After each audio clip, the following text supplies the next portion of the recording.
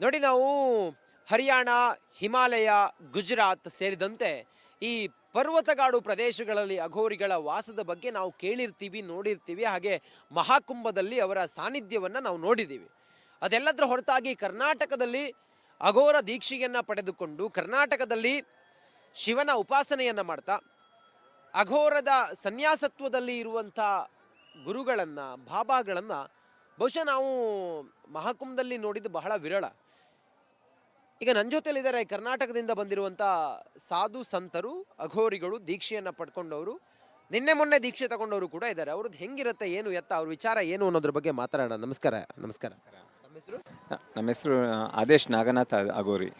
ತಮ್ಮ ಹೆಸರು? ದೀಕ್ಷಾ ಹೆಸರು ಆದೇಶ್ ನಾಗನಾಥ್ ಅಗೋರಿ. ತಮ್ಮ ಹೆಸರು? ಶೇಖರ್ನಾಥ್ ಅಂತ. ಅಗೋರಿ. ಅಗೋರಿ. ಪೂರ್ಣ ಹೆಸರು? ಸೋಮಶೇಖರ್. ಸೋಮಶೇಖರ್. ತಮ್ಮ ಹೆಸರು? ಭೈರವನಾಥ್ ಅಗೋರಿ ಸಾಧಕ್. ಭೈರವನಾಥ್ ಅಗೋರಿ. ತಮ್ಮ ಹೆಸರು? ಅಚಲ್ನಾಥ್ ಅಗೋರಿ ಅಂತ. ಮೂಲ ಹೆಸರು ಬಂದು ಲಕ್ಷ್ಮೀರಾಜ್ ಶೆಟ್ಟಿ ಅಂತ. ತಾವೆಲ್ಲರೂ ಈಗ ಅಗೋರಿ ದೀಕ್ಷೆಯನ್ನ ತಗೊಂಡಿರೋರು. ತಮ್ದು ಎಷ್ಟು ವರ್ಷ ಆಯ್ತು ಅಗೋರಿ ದೀಕ್ಷೆ? ಇನ್ನು ನಿನ್ನೆ ತಾನೇ ತಗೊಂಡು. ನಿನ್ನೆ ಅಗೋರಿ ದೀಕ್ಷೆ ತಗೊಂಡ್ರಿ. ಹೆಂಗಿತ್ತು ದೀಕ್ಷೆ? ಅದೆಲ್ಲ ಹೇಗಿರುತ್ತೆ? ದೀಕ್ಷೆ ಪ್ರಕ್ರಿಯೆ ಎಲ್ಲ ಚೆನ್ನಾಗಿತ್ತು. ಒಂದು ಜೀವನದಲ್ಲಿ ಮನುಷ್ಯ ಹುಟ್ಟಿದ ಮೇಲೆ ಒಂದು ಉತ್ತಮವಾದ ಒಂದು ದೈವ ಸಾನ್ನಿಧ್ಯದಲ್ಲಿ ಪಡೆದಂಥ ಒಂದು ಇದು ಇಂಥ ಜಾಗದಲ್ಲಿ, ಇಂಥ ಒಂದು ಸ್ಥಳದಲ್ಲಿ, 144 ವರ್ಷದಲ್ಲಿ ನನಗೆ ಸಿಕ್ಕಿದಂಥ ಒಂದು ಅತ್ಯಮೂಲ್ಯವಂಥ ಒಂದು ಸಮಯ ಮತ್ತು ಒಂದು ಸ್ಥಳದಲ್ಲಿ ನಾನು ತೊಗೊಂಡಿದ್ದೀನಿ. ಕೇವಲ ದೇವರನ್ನ ಉಪಾಸನೆ ಮಾಡೋದಕ್ಕೆ ತಾವು ದೀಕ್ಷೆ ತಗೊಂಡಿದ್ದೀರಿ? ಹೌದೌದು. ತಮ್ಮ ದೀಕ್ಷೆ ಕೊಟ್ಟವರು? ನನಗೆ ಅಗೋರನಾಥ್ ಭೈರವಿ ಮಾತಾಜಿ. ಗುರುಗಳೇ, ತಾವು ಹೇಳಿ. ನಾನು ದೀಕ್ಷೆ ತಗೊಂಡು 5 ವರ್ಷ ಆಯಿತು. ನನಗೆ ನಮ್ಮ ಮಾತಾಜಿಯಾದ ಡಾಕ್ಟರ್ ಅಗರ್ನಾಥ್ ಅಗೋರ್ ಭೈರವಿಯವರು ನನಗೆ ದೀಕ್ಷಾ ಕೊಟ್ಟಿದ್ದು ನೀಡಿರೋದು. ನಮ್ಮ ದಿನಚರಿ ಎಲ್ಲ ಹೇಗಿರುತ್ತೆ ಗುರುಗಳೇ? ನಾನು ಸಂಸಾರಸ್ಥ. ನನಗೆ ಇಬ್ಬರು ಮಕ್ಕಳಿದ್ದಾರೆ, ಸಂಸಾರ ಇದೆ, ನಂದೇ ಆದ ಕೆಲಸ ತೋಟಗೂ ಇರಬಹುದು. ಅಗೋರಿಗಳು ಈಗ ನಾವು ಸಾಧು ಸಂತರ ಅಂತ ಹೇಳಿದ್ರೆ ಸಂಸಾರದಿಂದ, ಲೌಕಿಕ ಜೀವನದಿಂದ ಹೊರಗಿರ್ತಾರೆ ಅಂತ ನಾವು ಅಂದ್ಕೊಂಡಿದ್ವಿ. ಬಹುಶಃ ನಮಗೂ ಇದು ಹೊಸದು. ಅಗೋರಿಗಳು ಸಂಸಾರಸ್ಥರಾಗಿರ್ತಾರೆ ಅನ್ನೋ ವಿಚಾರ ನಮಗೂ ಹೊಸದು. ಅದು ಹೆಂಗಿರುತ್ತೆ, ತಾವು ಹೇಗೆ ಮ್ಯಾನೇಜ್ ಮಾಡ್ತೀರಿ, ಮತ್ತೆ ಹೆಂಗಾಗತ್ತೆ ಅಂತ? ನಾನು ನಿಮ್ಮ ಥರನೇ ಯೋಚನೆ ಮಾಡಿದ್ದೆ. ಅಗೋರಿಗಳಂದ್ರೆ ಅವರು ಕ್ರೂರವಾಗಿರ್ತಾರೆ, ಅವರು ಮನುಷ್ಯನ ಎತ್ಕೊಂಡು ಹೋಗ್ತಾರಂತೆ, ತಿಂತಾರೆ, ಆ ಕಥೆಗಳೆಲ್ಲ ಇತ್ತು. ಬಟ್ ಅದೇನು ನಮ್ಮ ಪ್ರಾಂತ್ಯದಲ್ಲಿ ಅಗೋರಿಗಳಂದ್ರೆ ಇನ್ನೂ ಗೊತ್ತಿಲ್ಲ. ನಮ್ಮ ಏನು ಹಾಸನ್ನು, ಸಕಲೇಶ್ಪುರ ತಾಲೂಕು ಆಗಿರ್ಬೋದು, ನಮ್ಮ ಸೈಡು ಯಾರು ಚಿಕ್ಕಮಂಗ್ಳೂರು ಆಗಿರ್ಬೋದು, ಅಗೋರಿಗಳಂದ್ರೆ ಯಾರು ಏನು ಅಂತಲೇ ಗೊತ್ತಿಲ್ಲ. ಅಗೋರಿಗಳಂದ್ರೆ ವಿಚಿತ್ರವಾಗಿ ನೋಡೋದು ಎಲ್ಲ ಇತ್ತು. ಬಟ್ ಇವಾಗ ಈಗ ನನ್ನ ಫ್ಯಾಮಿಲಿಯಿಂದಲೇ ಸ್ಟಾರ್ಟ್ ಆಗಿಬಿಟ್ಟಿದೆ. ಎಲ್ಲರೂ ರಿಸೀವ್ ಮಾಡ್ಕೋತಾ ಇದ್ದಾರೆ. ನಾನು ಕೆಲವೊಂದು ಪದ್ಧತಿಗಳನ್ನ ಚೇಂಜ್ ಮಾಡ್ಕೊಂಡಿರ್ತೇನೆ ಅಷ್ಟೇ. ಏನು ಈಗ ನಾನು ಆ್ಯಕ್ಚುಲಿ ಸಾಧ್ಯ ಇದೆಯಾ ಹಂಗೆ ಅಗೋರಿಗಳಾದವರು ಮೂಲ ಕಟ್ಟುಪಾಡುಗಳನ್ನು ಬದಲಾಯಿಸಿಕೊಳ್ಳಿಕ್ಕೆ ಸಾಧ್ಯ ಇದೆಯಾ? 100ಕ್ಕೆ 100 ಭಾಗ ಸಾಧ್ಯ ಇದೆ. ಇಲ್ಲನ ಪ್ರಶ್ನೆನೇ ನಿಮಗೆ ಬರಲ್ಲ. ನಿಮಗೆ ಬರೋದೇ ಇಲ್ಲ. ಯಾವುದೇ ಪದ್ಧತಿಗಳು ನಮ್ದು ಲೈಫ್ ಸ್ಟೈಲ್ ಏನಿರ್ತದೆ ಯಾವತ್ತೂ ಚೇಂಜ್ ಆಗೋದೇ ಇಲ್ಲ, ಇರುತ್ತೆ. ನಮ್ದು ಏನು ಪೂಜೆ ಪುನಸ್ಕಾರಗಳ ಪದ್ಧತಿಗಳಿದೆ ಅದರೊಳಗಡೆ ನಾವು ಇನ್ವಾಲ್ವ್ ಆಗ್ತೀವಿ. ನಾನು ಪ್ರತಿನಿತ್ಯ ಪೂಜೆ ಮಾಡ್ತೀನಿ. ನಾನು ತಮ್ಮ ಹೆಸರಲ್ಲಿ ಅಗೋರಿ ಅಂತ ಸೇರಿಸ್ಕೊಂಡಿದ್ದೀರಿ. ತಮ್ಮ ವೈಯಕ್ತಿಕ ಜೀವನದಲ್ಲಿ ತಾವು ಏನಾದರೂ ಸೈನಿಂಗ್ ವಿಚಾರಗಳು ಬಂದಾಗ ಅದನ್ನ ತಾವು ಕೇವಲ ದೇವರ ಉಪಾಸನೆಗೋಸ್ಕರ ಅಗೋರಿ ಅನ್ನೋದು, ಅಥವಾ ಅದೆಲ್ಲವೂ ಕೂಡ ಅದು ಕಂಟಿನ್ಯೂ ಹೆಂಗೆ ಅಂತ? ಇಲ್ಲ ಅಷ್ಟು ಇನ್ನು ನಾವು ದೊಡ್ಡವರಾಗಿಲ್ಲ. ನಾವು ಮಾತಾಜಿಯವರದು ಕಾಲಿನ ಧೂಳಲ್ಲಿ ನಾವಿದ್ದೀವಿ. ಅಷ್ಟು ನಾವು ದೊಡ್ಡವರಾಗಿಲ್ಲ. ಬಟ್ ನಮಗೆ ದೀಕ್ಷಾ ಇದೆ, ನಮಗೆ ಆದರೂ ಒಂದು ಒಳ್ಳೆ ಎನರ್ಜಿ ಇದೆ. ನಾನು ಮಂತ್ರ ದೀಕ್ಷೆಲಿದ್ದೀನಿ. ಈಗ ನನಗೆ ಕೆಲವೊಂದು ಮಂತ್ರಗಳನ್ನ ಕೊಟ್ಟಿದ್ದಾರೆ. ಆ ದೀಕ್ಷೆನ ನಾನು ಫಾಲೋಅಪ್ ಮಾಡ್ತಾ ಇದ್ದೀನಿ. ಪ್ರತಿಯೊಂದು ಹಂಗೆ ಮಾಡ್ತಾ ಇದ್ದೀನಿ. ಯಾಕೆ ಈ ಥರ ನಾನೊಂದು ಸಾಧು ಆಗಬೇಕು ಅಂತ ಅನಿಸಿದ್ಯಾ ತಮಗೆ? ನನಗೆ ಇದು ಸಾಧು ಆಗಬೇಕು ಅನ್ನೋಕ್ಕಿಂತ ಅದು ದೇವರ ಸಂಕಲ್ಪ ಅಂತ ನಾನು ಅನ್ಕೋತೀನಿ.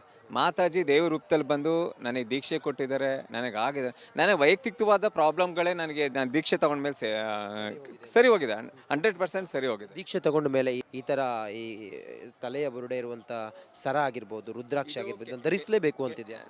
ಧರಿಸಲೇಬೇಕಂತ ಕೆಲವೊಂದು ಪದ್ಧತಿ ಟೈಮಲ್ಲಿ, ಕೆಲವೊಂದು ದೀಕ್ಷಾ ಟೈಮಲ್ಲಿ ಮಾತಾಜಿಯವರು ನಮಗೆ ಸಂಕಲ್ಪ ಮಾಡಿರ್ತಾರೆ. ಸೊ ಇದು ಹೇಗೆ ಅಂದರೆ ನಮಗೊಂದು ಒಳ್ಳೆ ಎನರ್ಜಿ ಇದ್ದಂಗೆ. ಈ ಬಳೆಗಳಾಗಿರ್ಬೋದು, ಪ್ರತಿಯೊಂದು ಆಗಿರ್ಬೋದು, ಅವರಿಂದ ಇದು ಶಕ್ತಿ ಇರುತ್ತೆ, ಯಾವಾಗಲೂ ಇರುತ್ತೆ. ಅದು ಸಂಸಾರಸ್ಥರಾದಾಗಲೂ ಅಥವಾ ಅಗೋರಿ ಅಥವಾ ದೇವರ ಉಪಾಸನೆ ಎಲ್ಲ ಸಮಯದಲ್ಲೂ ತಮ್ಮ ಕೈಯಲ್ಲಿ ಇರುತ್ತೆ. ತಮ್ಗೆ ಇದ್ರಲ್ಲಿ ತೃಪ್ತಿ ಇದೆ? 100ಕ್ಕೆ 100 ಭಾಗ ತೃಪ್ತಿ ಇದೆ. ತಾವು ಮುಂದೊಂದು ದಿನ ಮಾತಾಜಿಯವ್ರ ಹಾಗೆ ಏನಾದರೂ ಸಂಪೂರ್ಣ ಪರಿತ್ಯಾಗಿ ಆಗಬೇಕು ಅನ್ನೋದು ಏನಾದರೂ ತಮ್ಮ ವಿಚಾರ ಇದೆಯಾ? ನನ್ನ ಜೀವ ಇರೋರ್ಗು ಅವರು ಫಾಲೋವರ್ ಆಗಿ, ಅವ್ರ ಶಿಷ್ಯ ಆಗಿ ನಾನು ಇರಬೇಕು ಅಂತ ನಂಗೆ ತುಂಬ ಇದೆ. ಅವರ ಶಿಷ್ಯರಾಗಿರಬೇಕು. ನಮ್ಮ ಕರ್ನಾಟಕದಲ್ಲಿ ಮಾತಾಜಿ ಅವ್ರದ್ದು ಒಂದು ಒಳ್ಳೆ ಅಖಾಡ ಆಗಬೇಕು. ಅದಕ್ಕೆ ಎಲ್ಲರದ್ದು ಸಪೋರ್ಟ್ ಬೇಕು, ಮಾಡೋಣ ಅಂತ ನಂಗೆ ಸಂಕಲ್ಪ ಇದೆ. ಓಕೆ, ತಾವು ದೀಕ್ಷೆ ತಗೊಳ್ಳುವಾಗ ದೀಕ್ಷೆ ಪ್ರೊಸೆಸ್ ಎಲ್ಲ ಹೆಂಗಿರುತ್ತೆ? ದಿಸೆ ಪ್ರೊಸೀಜರ್ ಎಲ್ಲ ನಮಗೂ ಫಸ್ಟ್ ಟೈಮು ಚೆನ್ನಾಗಿತ್ತು. ಎಲ್ಲ ದೊಡ್ಡ ಗುರುಗಳೆಲ್ಲ ಇದ್ದರು. ನಮ್ಮ ಮಾತಾಜಿರಿಗೆ ಕೊಟ್ಟಂಥ ದೊಡ್ಡ ಗುರುಗಳು ಸಮ್ಮುಖದಲ್ಲಿ ನೂರಾರು ಜನ ಮತ್ತು ಅಘೋರಿಗಳ ಮಧ್ಯದಲ್ಲಿ ನನಗೆ ಅಘೋರ ದೀಕ್ಷೆ ಕೊಟ್ಟಿದ್ದು ತುಂಬ ಸಂತೋಷ ಆಯಿತು. ಎಲ್ಲ ವ್ರತಗಳಲ್ಲಿರುತ್ತಾ ಅಥವಾ ಉಪವಾಸಗಳಿರುತ್ತಾ? ನಾಗಸಾಧುಗಳ ದೀಕ್ಷೆ ಕೊಡುವಾಗ ನಾವು ಇದ್ವಿ, ಅವ್ರು ನೋಡಿದ್ವಿ, ಕೇಶ ಮುಂಡನೇನು ಮಾಡಿರ್ತಾರೆ, ಆ ರೀತಿ ಇರುತ್ತಾ, ಹೆಂಗೆ ಏನು ಎತ್ತ ಅಂತ ಹೇಳಿ ಗುರುಗಳೇ. ಸೇಮ್ ಪದ್ಧತಿ ಇರುತ್ತೆ. ಈಗಿಂದ ಇದ್ರಲ್ಲಿ ಏನು ಮಾಡ್ತೀವಿ ಅಂದ್ರೆ ಒಬ್ಬೊಬ್ರು ಫುಲ್ ಕೇಶಮುಂಡನ ಮಾಡಿಸ್ಕೊಳ್ಳೋಕ್ಕೆ ಅವ್ರ ಪರ್ಮಿಷನ್ ಇದೆ. ಆ ಥರ ಇದ್ರೆ ಕೇಶಮುಂಡನ ಮಾಡೇ ಮಾಡ್ತೀವಿ. ಕೇಶಮುಂಡನ ಆಮೇಲೆ ಇದ ಮಾಡ್ತೀವಿ. ಹಾಂ, ಪಿತೃಗಳಿಗೆ ಇನ್ನೂ ಇಲ್ಲ ಆ ಥರ ಏನಿಲ್ಲ.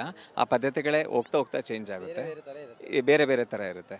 ಇನ್ನು ನಾರ್ಮಲ್ ಆಗಿ ಈಗ ಕೇಶಮುಂಡನ ಇರುತ್ತೆ, ಮಂತ್ರ ಇದು ನಾಮಾಂಕಿತನ ಇದನ್ನ ಚೇಂಜ್ ಮಾಡ್ತಾರೆ. ಆ ದೀಕ್ಷೆ, ಭಸ್ಮ ದೀಕ್ಷೆ. ಇವೆಂದು ಡೌಟ್ ಗುರುಗಳೇ, ಇದಾದ ನಂತರ ನಮ್ಮಲ್ಲಿ ಏನು ಬದಲಾವಣೆ ಆಗುತ್ತೆ? ನಾವು ಗೌರಿ ದೀಕ್ಷೆ ತಗೊಂಡ ನಂತರ ಏನು ಬದಲಾವಣೆ ನಮ್ಮಲ್ಲಿ ಏನಾಗುತ್ತೆ? ಏನು ಬದಲಾವಣೆ ಆಗಬೇಕು? ನಮಗೆ ಈ ಹಿಂದೂ ಧರ್ಮ ಅಂದ್ರೆ ಏನು, ಹಿಂದೂ ಅಂದ್ರೆ ಯಾರು, ಏನು ಅನ್ನೋದನ್ನ ಅದು ನಮಗೆ ಕಲಿಸ್ಕೊಂಡು ಹೋಗುತ್ತೆ. ಉಪಾಸನೆಗಳಿರ್ಬೋದು, ನಮ್ದು ಮೋಜಿ ಮಸ್ತು ಲೈಫ್ಕಿನ್ನ ಇದು ಇನ್ನೂ ಆಚೆಗೆ ಬರುತ್ತೆ. ಮೋಕ್ಷ, ಅದ್ರ ಜೊತೆಗೆ ಸನಾತನ ನಮ್ಮ ಧರ್ಮ, ಸನಾತನ ಧರ್ಮ ಎತ್ತಿಡಿಯುತ್ತೆ. ನೋಡಿ, ಇನ್ನೊಬ್ರು ಇದ್ದಾರೆ, ಅವ್ರನ್ನ ಮಾತಾಡ್ಸೋಣ. ತಮ್ಮ ಹೆಸರು? ಭೈರವನಾಥ್ ಅಗೋರಿ ಸಾಧಕ. ನಾವು ಇದರಲ್ಲಿ ಸಂಪೂರ್ಣವಾಗಿ ತೃಪ್ತರಾಗಿದ್ದೀವಿ. ಹೌದು, ನಮ್ಮ ಕೈಯಲ್ಲಿರುವಂಥ ಆಯುಧ ಇದು ಚಿಮ್ಟಾ ಅಂತಾರೆ. ಇದು ಅಗೋರ ಪಂಥದಲ್ಲಿ ಇದು ಒಂದು ಮುಖ್ಯವಾದ ಅಸ್ತ್ರ ಅಂತಾರೆ. ಹೋಮಕ್ಕೆ ಆಗಲಿ ಏನಕ್ಕೆ ಆಗಲಿ ಇದನ್ನು ಬಳಸ್ತೀವಿ. ಈಗ ತಾವು ಫ್ಯಾಮಿಲಿ ಜೊತೆಗೆ ಇರ್ತೀರಿ ಅಥವಾ ತಾವು ಕೂಡ ಉಪಾಸನೆಯಲ್ಲಿ ಮಾತ್ರ ಅಗೋರ? ಹೌದು, ಫ್ಯಾಮಿಲಿ ಜೊತೆ ಇದ್ದಾಗ ನಾರ್ಮಲ್ ಲೈಫ್ ಲೀಡ್ ಮಾಡಿ. ನಮ್ಮ ಮನೆಯವರೆಲ್ಲ ಒಪ್ಕೊಂಡ್ರ? ಹೌದು, ನನ್ನ ತಂದೆ ತಾಯಿ ಮುಂದೆನೇ ದೀಕ್ಷೆ ಮಾಡಿದ್ದು.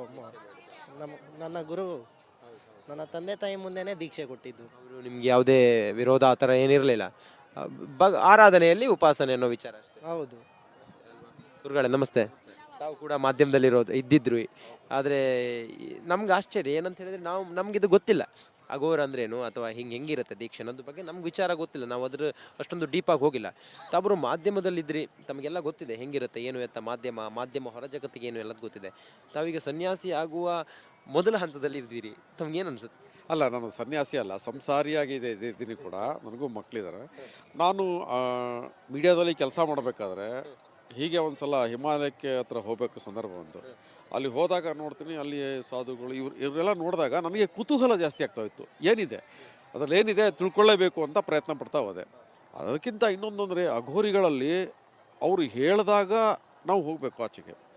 ಅಕಸ್ಮಾತ್ ನಾವು ಮಿತಿ ಮೀರಿ ಹೋದ್ವಿ ಅಂತಂದರೆ ಸಮಥಿಂಗ್ ಏನೋ ವಿಶೇಷ ಇದೆ, ಸ್ಪೆಷಲ್ ಆಗುತ್ತೆ ಅಂತ ಅನ್ಸುತ್ತೆ. ಏನು ಶಕ್ತಿ ಇದೆ ಅಂತ ನಿಮ್ಗೆ ಅನ್ಸುತ್ತೆ ಸರ್? ಅಘೋರಿಗಳಲ್ಲಿ ಮುಂದೇನಾಗುತ್ತೆ ಅಂತ ಅವ್ರಿಗೆ ಅಡ್ವಾನ್ಸ್ ಆಗಿ ಗೊತ್ತಾಗುತ್ತೆ. ನಿನ್ನೆ ಆ್ಯಕ್ಚುಲಿ ಹೊರದೇಶದವರು 7ರಿಂದ 8 ಜನ ದೀಕ್ಷೆ ತಗೊಂಡಿದ್ದಾರೆ. ಹೌದು, ಸನಾತನ ಧರ್ಮ ಎಲ್ಲಿಗೆ ಹೋಗಿದೆ ಅಂತ ಈಗ ಅನಿಸ್ತಾ ಇದೆ. ಮತ್ತು ಇಂಥ ದೊಡ್ಡ ಕಾರ್ಯಕ್ರಮನ ಮಾಡಿಕೊಟ್ಟಿರೋದಕ್ಕೆ ನಮ್ಮದು ಏನು ಸಾಧು ಸಂತರು ಇದ್ದಾರೆ, ನಾವು ಅವ್ರಿಗೆ ತುಂಬ ಧನ್ಯವಾದ ಹೇಳ್ತೀವಿ. ತುಂಬ ಅಚ್ಚುಕಟ್ಟವಾಗಿ ಮಾಡಿದ್ದಾರೆ, ತುಂಬ ಕ್ಲೀನ್ ಇದೆ. ನಿಜವಾಗ್ಲೂ ನಾವು ಯಾವುದೋ ಹೊಸ ಲೋಕಕ್ಕೆ ಬಂದಿದ್ದೀವಿ, ಇಂಥ ಪುಣ್ಯ ಭೂಮಿಗೆ ಬಂದಿದ್ದೀವಿ ಅಂತ ನಮಗೆ ಅನಿಸ್ತಾ ಇದೆ. ಓಕೆ, ತಾವೆಲ್ಲ ಭೇಟಿಯಾಗಿದ್ದು, ತಮ್ಮನ್ನೆಲ್ಲ ನಾವು ಇಂಟರ್ವ್ಯೂ ಮಾಡಿದ್ದು, ತಮ್ಮ ವಿಚಾರಗಳನ್ನೆಲ್ಲ ತಿಳ್ಕೊಂಡಿದ್ದು ಭಾಳ ಸಂತೋಷ. ನೋಡಿ, ಇದು ಸನಾತನ ಧರ್ಮದ ವೈಶಿಷ್ಟ್ಯದ ಜೊತೆಗೆ ಸನಾತನ ಧರ್ಮದ ಒಳಗೆ ಏನಿದೆ ಅಂತೇಳಿ ಕೇಳಿದರೆ ಇದೆಲ್ಲವೂ ಕೂಡ ಒಂದೊಂದು ಪುಟದಂತೆ ತೆರೆದುಕೊಂಡು ಹೋಗುತ್ತೆ. ರಿಪಬ್ಲಿಕ್ ಕನ್ನಡ ಅದೆಲ್ಲವನ್ನು ಕೂಡ ಜನರಿಗೆ ತಿಳಿಸುವಂಥ ಪ್ರಯತ್ನವನ್ನು ಮಾಡ್ತಾ ಇದೆ. ಆ ಮೂಲಕ ಬಹುತೇಕ ಜನರಿಗೆ ಇದ್ರ ಬಗ್ಗೆ ಹಲವಾರು ಕುತೂಹಲಗಳಿದ್ದಾವೆ, ಕುತೂಹಲದ ಪ್ರಶ್ನೆಗಳಿದ್ದಾವೆ.